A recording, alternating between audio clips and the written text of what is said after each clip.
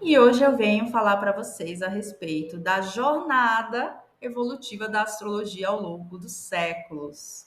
A gente sabe que a astrologia é uma ciência muito antiga. Isso, a gente tem algumas documentações, mas estudiosos dizem que essa ciência ela se originou há muito mais tempo do que a gente tem comprovação. Então, a gente pode, por exemplo, perceber que ela tem algumas fontes, ela tem diversas linhas de estudo, né? A astrologia, ela também era astronomia. Esse termo astrologia é um termo mais moderno, porque quando separou-se, né, da astronomia, a astronomia ficou com um viés mais científico e a astrologia ficou com um viés mais psicológico e espiritual, né? Isso já é da modernidade, porque estava tudo integrado, psicologia, alquimia, astrologia, astronomia, uma ciência universalista tentando explicar, nos explicando como que funciona a dinâmica celeste, a dinâmica universal, né? Então, claro que não tinham esses conceitos, né? Como eu falei, psicologia, alquimia, não tinha exatamente essas palavras que a gente utiliza hoje,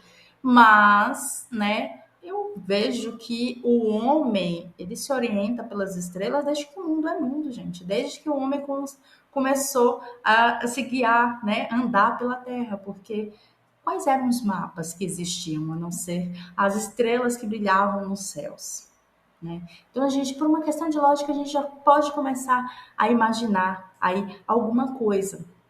Então, a astrologia ela é uma prática que ela busca compreender a influência dos corpos celestes sobre a vida na Terra.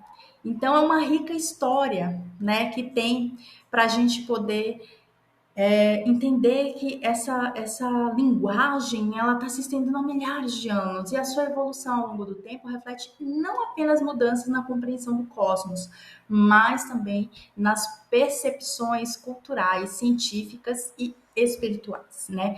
Então, desde a antiguidade, a astrologia tem raízes profundas, né? Com registros datando de civilizações como a mesopotâmica, a egípcia, a chinesa. Na Babilônia, os astrólogos associavam eventos celestiais ao destino dos reinos e governantes.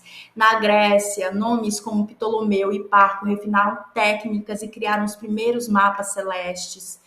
Né? Então, na Idade Média também, né? Durante a Idade Média, a gente vê um florescimento da astrologia nas cortes reais, nas academias de aprendizado. Os astrólogos eles eram frequentemente conselheiros dos monarcas e os manuscritos astrológicos daquela época eram tidos como tesouros em mosteiros. Então, a astrologia desempenhou um papel central na visão do mundo medieval, sendo muitas vezes entrelaçada com práticas espirituais. Mas veja, eu estou falando desde a Idade Média, mas antes a gente teve o povo caldeu, a gente teve o Egito, e né, tudo que a gente não tem escrito a respeito do que esses povos, essas civilizações tinham de riqueza a respeito da conexão entre as estrelas. A gente teve o marco do Renascimento, que foi uma fase de transição da conexão entre estrelas e ciência, que aí sim teve o advento da bifurcação, né, dos astrônomos, né, como Copérnico, Kepler, contribuíram para um entendimento científico do cosmos. Então, a astrologia continuou prosperando, né? O Giordano Bruno também era um astrólogo renomado, buscando uma síntese entre a ciência emergente e a antiga sabedoria astrológica, unindo física, unindo química, né, alquimia.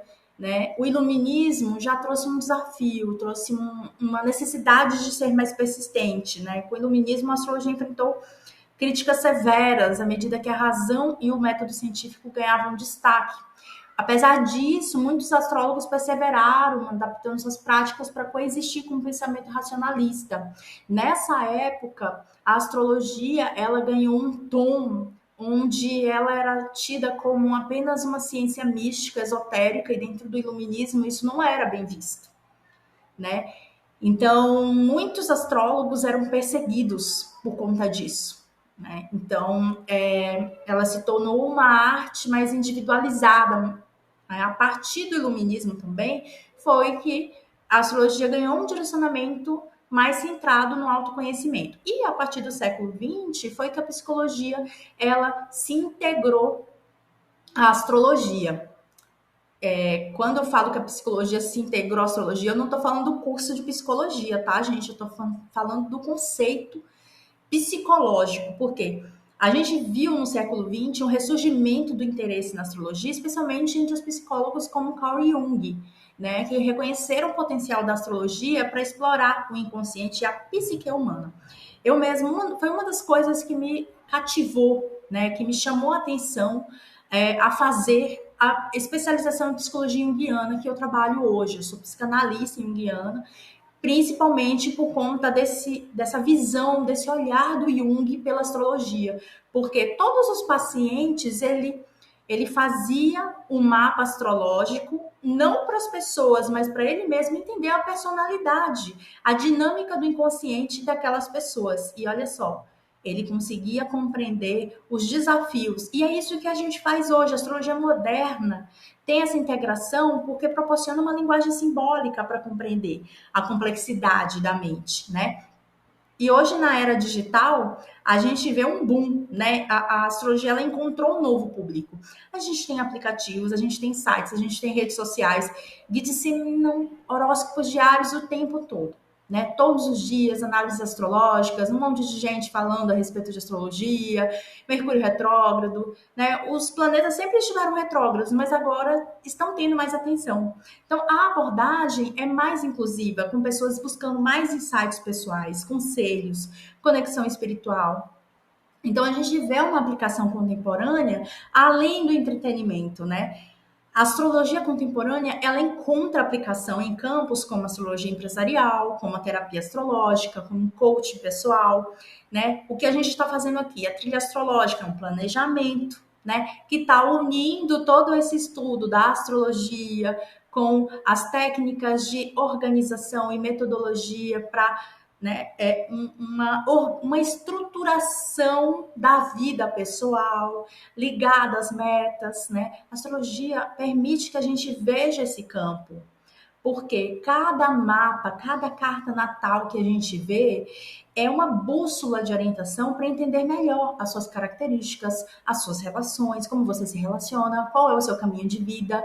Então, nesse sentido, a astrologia, ao longo de sua jornada, ela passou por diversos desafios, diversas transformações, adaptou-se a mudanças culturais, mudanças científicas, é vista como arte, é vista como ciência, é vista como filosofia, mas uma coisa ninguém pode duvidar: a astrologia é uma ferramenta fascinante que nos convida a explorar os mistérios do cosmos e os enigmas da experiência humana. Então, ela vai além do horóscopo, ela nos convida a gente mergulhar em direção a si mesmo e encontrar essa correspondência que o Hermes Trismegistus traz para nós, né, de que nós somos o microcosmo, né, refletindo a dinâmica celeste, né, do macrocosmos. Então, aqui na Terra, nós temos a influência desses grandes administradores nos céus, né, que nos direcionam à nossa evolução psicoespiritual.